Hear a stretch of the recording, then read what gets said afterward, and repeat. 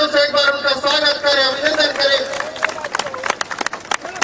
हमारे बीच रविंद्र प्रताप उर्फ पप्पू चौधरी जी, जो आपके लोकप्रिय यहाँ के 3 बार के विधायक रहे हैं, वो आपके बीच हैं और हर सुख दुख में आपके साथ रहते हैं। मैं चाहूंगा इससे पहले कि आदरणीय हमारे पप्पू चौधरी जी बोले, मैं चाहूंगा कि हमारी आदरणीय श्रीमती प्रियंका गांधी जी के स्वागत में माला से स्वागत किया जाए।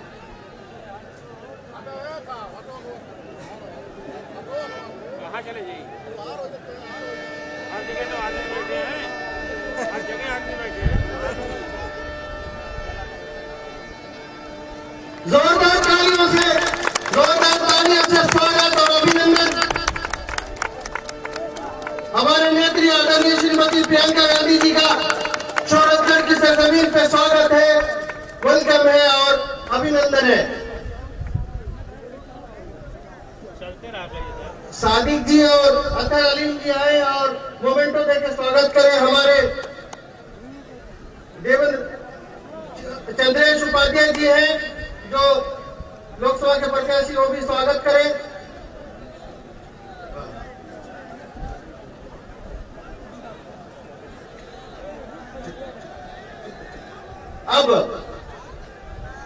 अब बिना किसी देरी के मैं चाहूंगा कि आपके लोकप्रिय जो विधायक रहे और आपके हर सुख दुख में लगातार जो काम आते हैं, भाई रविंद्र प्रताप और पप्पू चौधरी जी आपके बीच हैं जो अपनी बात रखेंगे। भाई पप्पू चौधरी जी।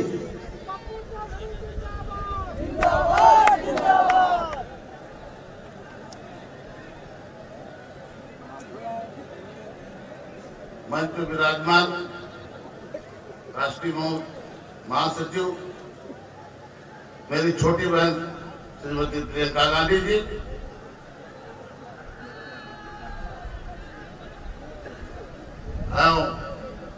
मंचासीन पदाधिकारीगण कांग्रेस के डॉक्टर चंद्रेश उपाध्याय जी, छत्तीसगढ़ से आए कांग्रेस के समर्थन में, कांग्रेस के प्रचार में लगे मेरे भाइयों और सम्मुख उपस्थित समस्त क्षेत्रवासियों की माताओं बहनों को मेरा प्रणाम। मैं आप लोगों से निरंतर मिलता रहता हूं, लेकिन प्रियंका जी से आपकी भेंट पहली बार हो रही है शौहरतगढ़ विधानसभा में। मैं एक किसान का बेटा हूं, खुद भी किसान हूं। किसानों की जो लड़ाई चल रही थी, कई माह महीने तक चली, उसमें किसी अन्य देवों ने उनके साथ नहीं साथ दिया, बल्कि अगर साथ दिया तो सिर्फ प्रियंका जी ने साथ दिया, तो उसका आभार कभी नहीं उतार सकता उनको ऊपर से। और इस चीज को आप लोगों को सोचना चाहिए। जब चुनाव आता है तो सभी लोग घोषणाएं करते हैं कि मैं किसानों का कर्ज माफ कर दूंगा, डीजल का दाम आधा कर दूंगा। 14 याद कीजिए, यही होता था कि पेट्रोल का दाम 65 रुपया लीटर, डीजल का दाम 50 रुपया लीटर है, गैस सिलेंडर का दाम 400 रुपया मतलब बॉटल है, उसको हम लोग आधे पे देंगे। यहाँ की भोली भाली जनता पूरे देश की गुमराह हुई। आज प्रदेश का चुनाव है, उसी में मुझे कहना चाहिए, लेकिन कुछ बातें होती हैं जो मजबूरी में यथार्थ को बोलना मेरी आदत है। और 60 का पेट्रोल 30 में बेचने की बात जो मोदी किया करते थे, आज वो 100 पार हो गया। जब 110 हुआ, एक बात ध्यान से समझने की कोशिश कीजिएगा, जब 110 हुआ तो 10 रुपया कम कर दिया गया। ये झोला उठा के आने वाले, झोला उठा के चले जाने वालों की चाल है। वो ये भी बोलेंगे कि मैंने हिंदुस्तान में कभी 10 रुपया लीटर डीजल का दाम, पेट्रोल का दाम कम नहीं हुआ था जो मैंने किया। 50 रुपए की चीज आप 100 में बेच के उसको 90 कर देते हो, उसके बाद झूठ पे झूठ बोलते हो कि मैंने ये किया। मैंने जीवन में झूठ नहीं बोला है, यहाँ का आवाम इस बात का गवाह है। हमेशा मैंने भ्रष्टाचार के विपरीत लड़ाई लड़ी है। यहाँ के आवाम ने मुझे कांग्रेस से भी विधायक बनाया, भाजपा से विधायक बनाया है, दोनों पार्टियों से। यह स्पष्ट करता है कि लोगों को मोहब्बत है। और कई लोग गुमराह हो गए थे। मैं पिछला चुनाव हार गया था, समझौते में सीट चली थी, दुर्भाग्य में कांग्रेस से नहीं लड़ पाया, वरना मैं 2017 भी जीतता। कि मुझे आप लोगों के बदौलत भरोसा। जिस बेरोजगारी की बात भाजपा वाले चिल्लाते थे कि मैं हिंदुस्तान में 2 करोड़ लोगों के हर साल बेरोजगार दूर करूंगा, उनको रोजगार दूंगा। मैं दावे के साथ कह सकता हूं कि 2 करोड़ से ज्यादा लोग बेरोजगार हो चुके हैं। रोजगारी के नाम पे एक भी रोजगार नहीं दिया गया।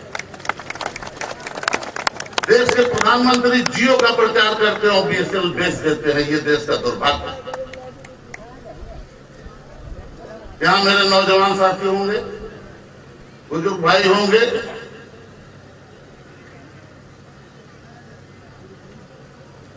अभी मेरे पहले कई लोगों ने वक्ताओं को बोल रहे थे। मेरी एक पुराने इतिहास को एक वक्ता ने दोहराया था कि शोहरतगढ़ में दंगा हुआ था और रात में विधायक जी 12 बजे 1 बजे स्लीपिंग सूट में चले आए थे। वो उस जमाने की बात है जब टाटा सफारी की गाड़ियां नई आई थी और शायद प्रदेश में मैंने मेरी दूसरी गाड़ी, तब मेरे पास प्राडो रही थी, सफारी थी। उस बात को इसलिए दोहरा रहा हूं कि नहर पे मेरी गाड़ी का टायर पंचर हो गया था। मेरे साथ 5 गनर रहते थे। संजोग से दशहरे के 1 दिन पहले का मामला था। मैंने सबको छुट्टी दे दी। अकेले मेरा एक पर्सनल सिक्योरिटी और एक सरकारी गनर था। शोहरतगढ़ में जो मैं पहुंचा तो 2 सीओ 2 एसडीएम दुनिया भर की फोर्स लगी थी। स्थिति बेकाबू थी। मैं सीओ को बोला, बहुत एसडीएम को बोला, तो सर मेरे बस का नहीं। मैं अपने पर्सनल सिक्योरिटी वाले से राइफल लेकर फायर की। जब मैंने हवाई फायर किया तो भीड़ की तरफ हो। मैंने हिंदू मुसलमान दोनों भाइयों को बैठाया और बैठा के समझौता कराया। उस दिन से आज तक शोहरतगढ़ में दंगे की स्थिति नहीं बनी। मैं भाजपा विधायक था, पहली बार। सारे गांव कच्चे रोड तक नहीं थे, जोगिया से लेकर मलगहिया तक। अगर मैं एक शब्द गलत कहूंगा तो आप लोग मेरा समर्थन न कीजिएगा, अगर सही कहूंगा हाथ उठा के समर्थन कीजिएगा। सारी सड़कें मैंने बनवाई। आज वो सड़कें चलने लायक नहीं है। 10 साल के बीच में तहसील का निर्माण मैंने कराया, उच्चकृत अस्पताल मैंने बनवाया, सब स्टेशन मैंने बनवाया। क्योंकि मेरा शौक राजनीति में धन कमाना नहीं था। मेरा शौक अपने सम्मान की रक्षा, आपके सम्मान की रक्षा करना था। आपको गांव से उठाकर शहर तक पहुंचाने का। मेरी कथनी करनी में अंतर नहीं है। मेरा विरोधी ये नहीं कहता है पप्पू चौधरी भ्रष्ट है। वो कहता है कि वो शीशा नहीं उतारते, वो चौराहे पे नहीं रुकते। जो कल्चर मेरा है उसमें बहुत परिवर्तन नहीं कर पाऊंगा। और मैं जानता हूं कि उस कल्चर को आप लोग स्वीकार करते हो। मैं सड़क पे उतर के सबका अभिनंदन करता हूं, जहां कोई मिलता है मिल के बात करता हूं। लेकिन आलोचना करने के लिए उनके पास कुछ है ही नहीं। क्यों मेहमान है? मेरे घर कोई भी अगला साथ नहीं जाता होगा, मैं हमेशा उससे कहता हूँ किसी साथ मत आना। इसलिए कहता हूं कि जिससे जो ये भ्रम है लोगों का दूर हो। और जो भी जाता है, चाहे गरीब हो चाहे अमीर हो, उसको एक गिलास पानी मीठा जरूर मिलता है। मैं हर व्यक्ति से ही चीज कहता हूं। मैं हर व्यक्ति से एक ही चीज कहता हूं, अपने कार्य को कराने के लिए अगर मेरे पास आओ तो किसी के साथ ना आओ, सीधा संपर्क बनाओ। और कोई गांव ऐसा नहीं होगा जहां मैं कम से कम 10 से 15 लोगों को बाई नेम न बुलाता हूं। इतनी मेरी याददाश्त है। गलत तो नहीं कह रहा हूं।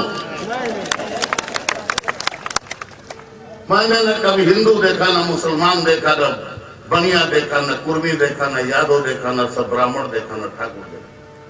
मेरे लिए अगला पिछड़ा हिंदू, ये हिंदुस्तान का नागरिक हिंदुस्तानी सबसे पहले है, उसके बाद जो जातियों में बढ़ता है वो यहाँ के लोग भ्रमित करके बढ़ते। न मैं किया हूं, न मैं बांट सकता हूं, न बांटूंगा। मैं आपके और प्रियंका जी के बीच में ज्यादा समय नहीं लेना चाहूंगा। आपसे तो निरंतर बात होती रहती है, मुलाकात होती है। मैं 2-3 चीज का वादा किया था, मैंने कभी आज तक चुनाव वादा नहीं किया, लेकिन मैं देख रहा हूं भ्रष्टाचार चरम सीमा पे। एक प्रधान की इज्जत नहीं रह गई, ये वीडियो उसे गाली देता है, कमीशन एडवांस लेता है कि 1 महीने के अंदर बंद कराऊंगा, ये दावे के साथ करता हूं। यहाँ अधिकारी भी हैं, वो भी कान को सुन ले। मेरे ऊपर इसी प्रकार के आपराधिक मुकदमे लिखे गए थे जो जनहित के लिए मैंने किया, उसकी चिंता मैं आज भी नहीं करता। आप मेरे साथ खड़े रहोगे, भ्रष्टाचार रोक दूंगा, ये दावे के साथ करता।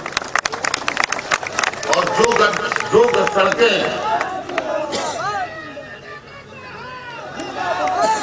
जो सड़कें गड्ढा हो गई हैं, उनको भी सही करा दूंगा। और बेरोजगारी के लिए तो मेरी पार्टी ऑलरेडी ऐलान की है।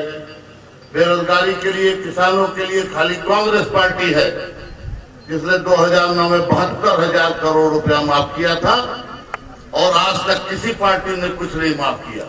आज जितनी चीजें हैं हिंदुस्तान में, चाहे एम्स हो, चाहे इंडस्ट्रीज हो, चाहे जो हो, वो पंडित जवाहरलाल नेहरू के टाइम की बनी है, इंदिरा जी के टाइम की बनी है, जिनको लोग आयरन लेडी के नाम से जानते हैं। उन्हीं की पौत्री है प्रियंका जी। मैं ये मानने को तैयार हूं कि आयरन लेडी की पौत्री भी आज आयरन लेडी की तरह काम करती है। इनको मजबूत कीजिए। अंतिम बात मैं एक शब्द कहना चाहता हूं कि मेरे माथे पर मेरी तकदीर का पैगाम लिख देना, मेरे तन के हर जर्रे पर हिंदुस्तान लिख देना। मुझे मंदिर भी प्यारा है, मुझे मस्जिद भी प्यारा है, कहीं पर राम लिख देना, कहीं पर रहमान लिख देना। जय हिंद, जय भारत, जय कांग्रेस, धन्यवाद। बहुत बहुत शुक्रिया।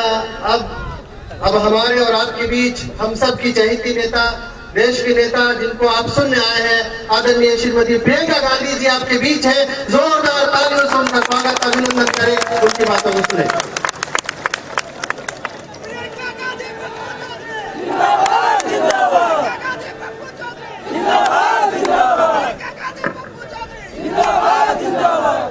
ओम त्र्यंबकं यजामहे सुगंधिं पुष्टिवर्धनम् उर्वारुकमिव बन्धनान् मृत्योर्मोक्षयमामृतात्।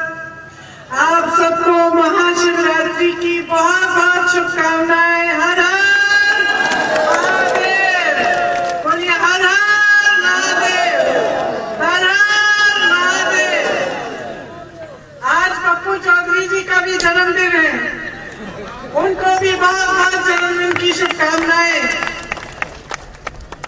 और डॉक्टर चंद्रेश उपाध्याय जी 303 कपिल वस्तु के हमारे प्रत्याशी श्री देवेंद्र कुमार गुड्डू जी, राजेंद्र साहू जी, निदा अहमद जी, अतर अलीम जी, दीपक यदुवंशी जी, विनोद सेन जी, तौकीर आलम जी और राजेश तिवारी जी, आप सबका और कांग्रेस के समस्त कार्यकर्तागण, नेतागण जो यहाँ उपस्थित हैं, आप सबका भी इस सभा में बहुत बहुत स्वागत।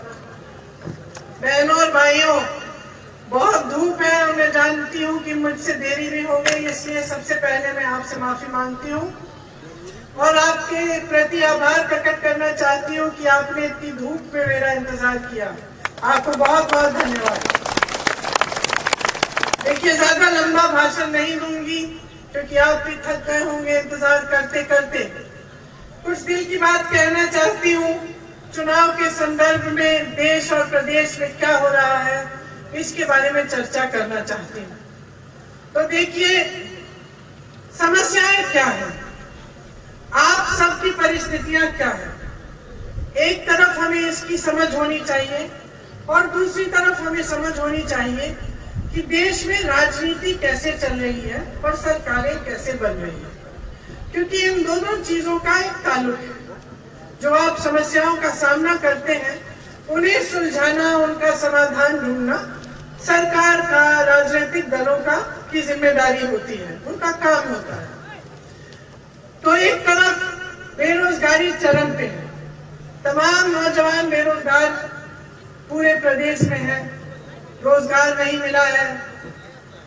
कई ऐसे नौजवान हैं जो परीक्षा करते हैं, नियुक्ति का इंतजार करते हैं, लेकिन नियुक्ति का इंतजार करते करते साल बीत जाते हैं। किसान परेशान है, उपज का दाम नहीं मिलता, छुट्टा जानवर खेत चले जा रहा है, महंगाई बहुत हो गई है, पेट्रोल डीजल की महंगाई से कमा नहीं पा रहे हैं क्योंकि इतना खर्चना पड़ता है, उपज का दाम नहीं मिल रहा है तो कमा नहीं पाते हैं। इसी तरह से मेरी बहनें यहाँ बैठी हैं, आपको सशक्त करने की कोई बात नहीं करता।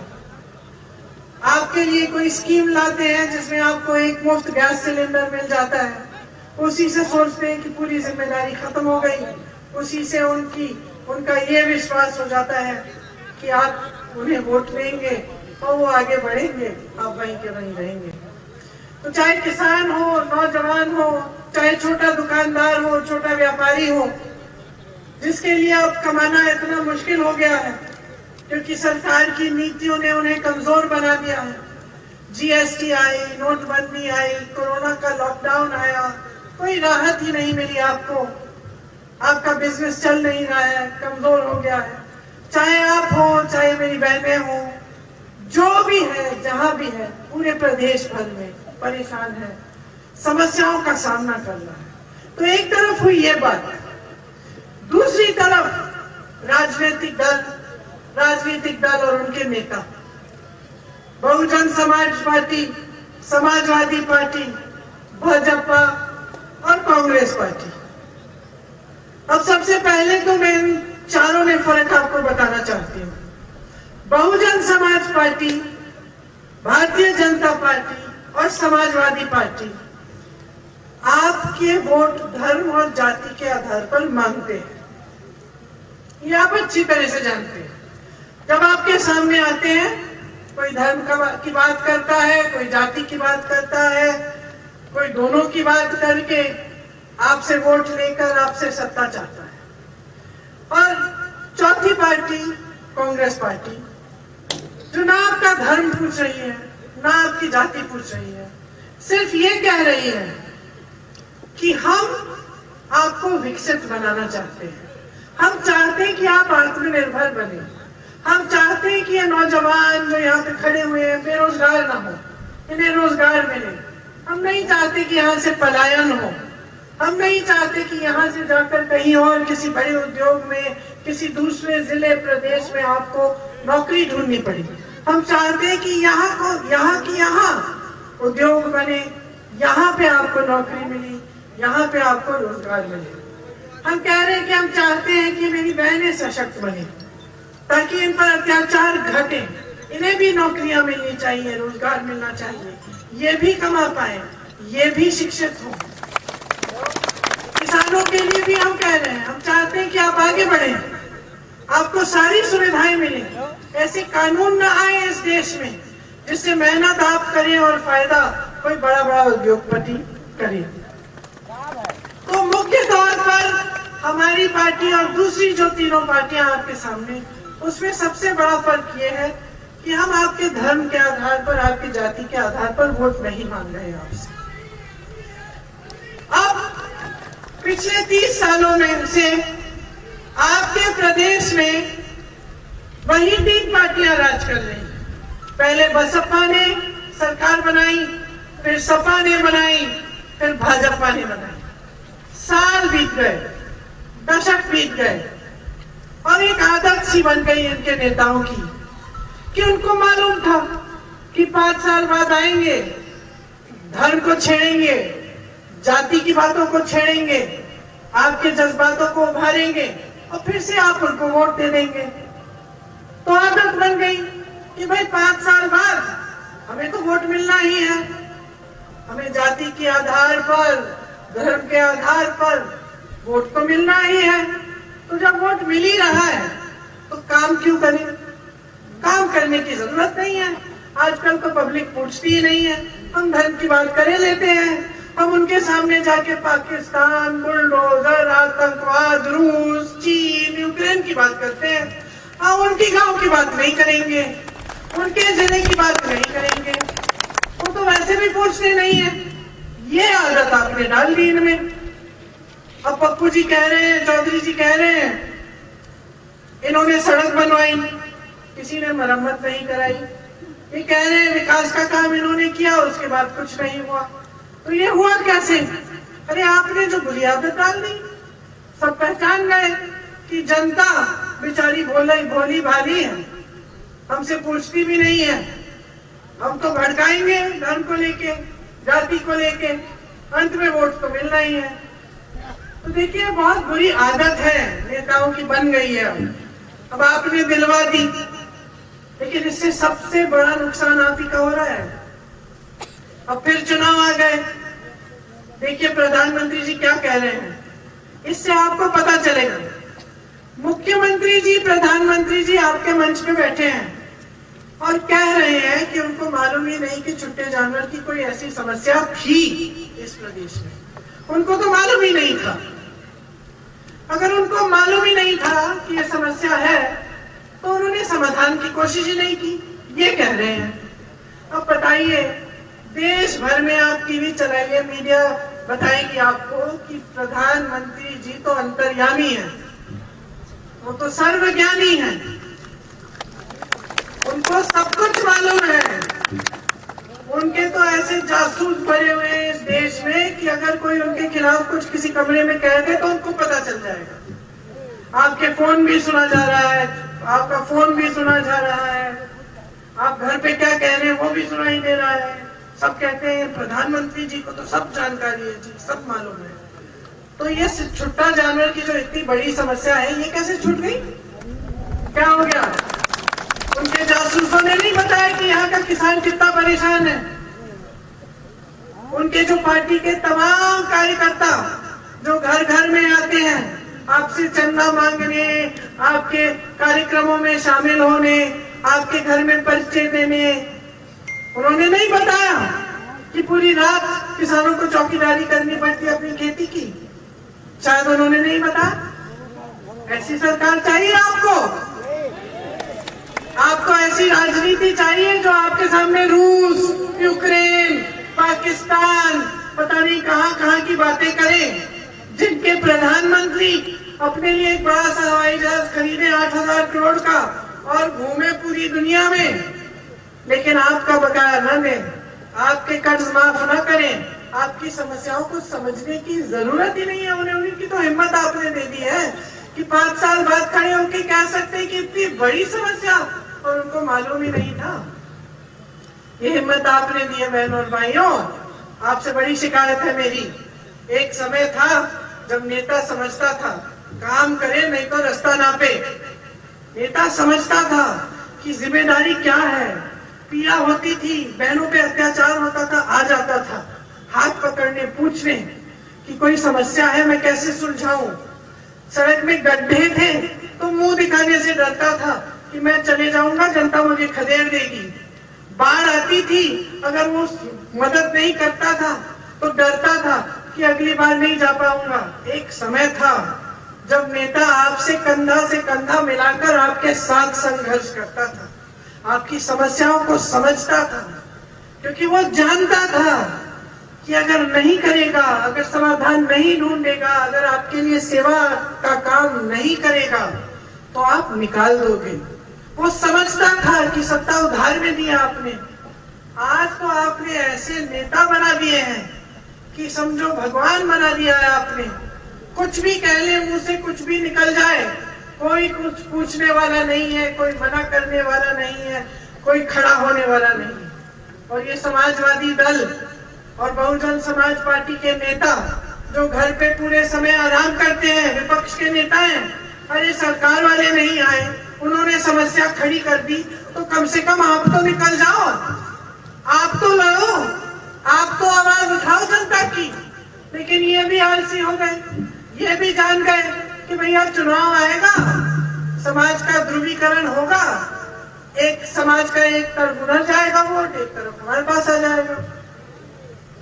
काम नहीं किया, लड़ाई नहीं लड़ी, आगे नहीं बढ़े, आपको मजबूत नहीं किया, तो आप तो दोनों के बीच में फंस गए ना।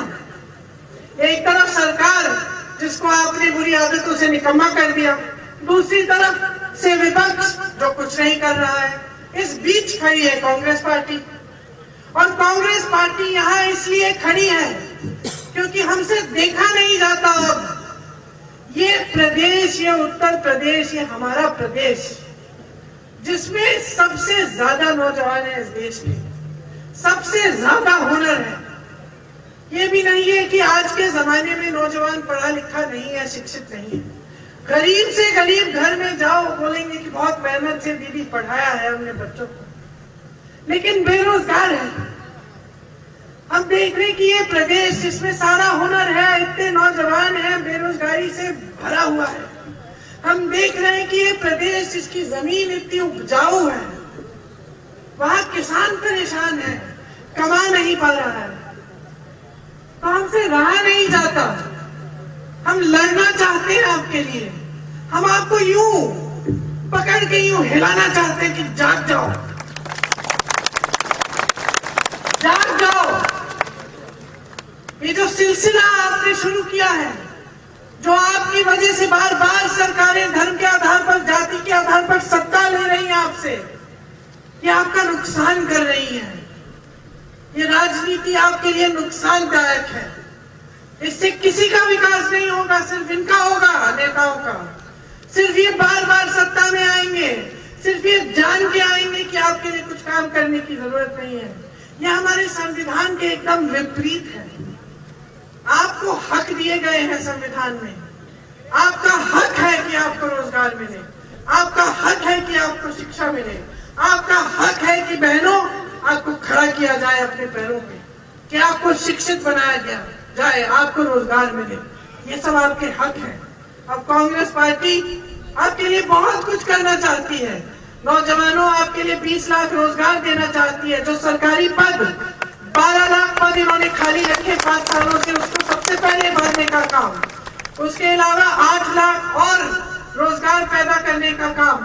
आप बिजनेस शुरू करना चाहें, आपको 5 लाख रुपए दिए जाएंगे 1% ब्याज पे, ताकि आप खड़ा कर पाए।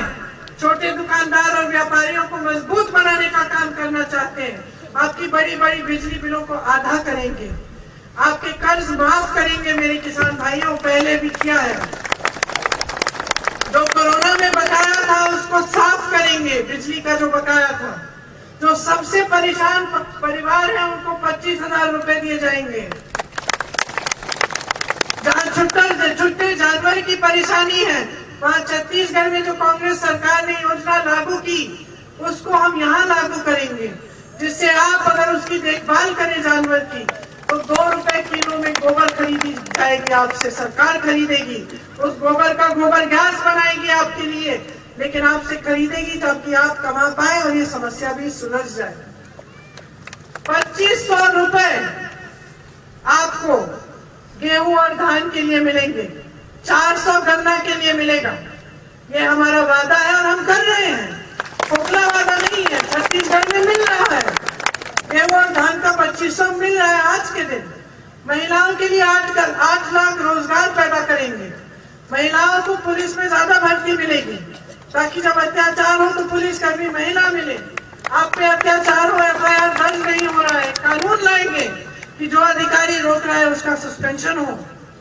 इसी तरह से तमाम जो अब छात्राओं के लिए हम मोबाइल फोन, स्कूटी मुफ्त देना चाहते हैं, ताकि आप सशक्त बनो। एक गैस सिलेंडर के आप 3 लीजिए, लेकिन सशक्त बनिए। हम आपको शिक्षित करेंगे, आपके लिए शिक्षा के संस्थान बनाएंगे, आपको रोजगार देंगे। मेरी आशा बहनों, आंगनबाड़ी बहनों के लिए 10,000 रुपए का मानदेय होगा। विकलांगों को आज कुछ मात्र 500-1,000 रुपए मिलते हैं, 3,000 रुपए दिलवाएंगे हम प्रति माह। और चाहते हैं कि सब आगे बढ़े, किसी की धर्म, किसी की जाति देखकर थोड़ी आगे बढ़ाते हैं। विकास होता है, सड़क बनती है, बिजली की तार डलती है, तो क्या आपके घर पे रुक जाती है आपका धर्म देख के, आपकी जाति देखकर? क्या सड़क पर लिखा होता है कि एक ही धर्म के लोग चलेंगे सड़क पर? ऐसा होता है? विकास तो सबके लिए होता है जी, विकास तो सबके लिए होता है। जब विकास होता है तो सब आगे बढ़ते हैं। जब परेशानियां आती हैं तो सबके घर में आती हैं। महंगाई नहीं पूछती कि आपका धर्म क्या है, बेरोजगारी आपके घर के दरवाजे को खटखटा के देखती नहीं है कि आप कौन सी जाति के हैं, आ जाती है। समस्याएं आती हैं, चुट्टा जानवर ये थोड़ी पूछता है कि भैया हिंदू का खेत है या मुसलमान का, मैं चलूं या ना चलूं, चल जाता है। तो राजनीति में बंद करे ना ये प्रथा। राजनीतिक दलों के नेता आपसे क्यों पूछते हैं, ये बातें क्यों करते हैं? समझ लीजिए अपने ही फायदे के लिए करते हैं, आपका कोई फायदा नहीं होगा। आप ऐसी पार्टी को चुनिए जो आपके फायदे का काम करे। आप ये नई आदत डालिए, अब हम में भी डालिए, पप्पू जी में भी डालिए। काम अगर नहीं हुआ 5 सालों में, अगर आपने इन्हें जिता दिया, कांग्रेस की सरकार बन गई प्रदेश में, और 5 सालों में आपने देखा कि कोई परिवर्तन नहीं आया, कोई काम नहीं हुआ, तो खदेड़ दीजिए। अब ये आदत डालिए। आपकी सबसे बड़ी जिम्मेदारी यही है, अपने वोट को समझो, बहुत बड़ा हथियार है ये जो आपके बच्चों का भविष्य खराब हो रहा है ना, इसको आप ही ठीक कर सकते हैं। ऐसी पार्टी को लाकर जो आपके भविष्य को मजबूत बनाने के लिए काम करे और जिसकी नीयत सही हो। घर में शादी रिश्ता कराते हैं तो सबसे पहले क्या देखते हैं बहनों, क्या देखते हैं? लड़का अमीर हो सकता है, उसके पास साधन संसाधन हो सकते हैं, खूबसूरत भी हो सकता है, लेकिन अगर उसकी नीयत ठीक नहीं है तो कभी अपनी बेटियों की शादी नहीं कराओगे उससे। सही बात है। तो नियत देखो ना, अच्छी तरह से समझते हो आप, बहुत विवेक है आप में। जब इंसानों की नियत पहचान सकते हो तो नेताओं की नियत भी पहचान लो। जिसकी नियत सही है उसी को वोट दो। खुल के कह रहे कि मैं काम तो करूंगा आपके लिए, लेकिन हाँ मेरी आदत है थोड़ा, मैं चौराहे पे नहीं रुकता, अब मैं इसको बदल नहीं सकता, लेकिन काम करूंगा। नियत ठीक है, झूठे नहीं है, झूठे नहीं है। ये नहीं कह रहे कि मैं ऐसा करूंगा वैसा करूंगा, कह रहे हैं ये मेरी काबिलियत है, ये मैं करूंगा अपनी काबिलियत के मुताबिक, और मैं आपके लिए काम करूंगा करके दिखाया है। तो आगे बढ़ाइए इनको, 303 कपिल वस्तु से देवेंद्र कुमार गुड्डू जी को और कांग्रेस के तमाम प्रत्याशियों को जो आपके लिए दिल से काम करना चाहते हैं। आपसे यही आग्रह है, और इस शुभ दिन पर आप सबको बहुत बहुत शुभकामनाएं, मुबारकबाद। आपने बहुत ध्यान से मेरी बातें सुनी, ये बातें अपने दिल में रखो, इन बातों के बारे में सोचो जब घर जाओगे, और अपना वोट जब डालोगे तो पूरी जिम्मेदारी से डालो, अपने ही लिए, अपने देश के लिए, अपने प्रदेश के लिए। धन्यवाद। जय हिंद।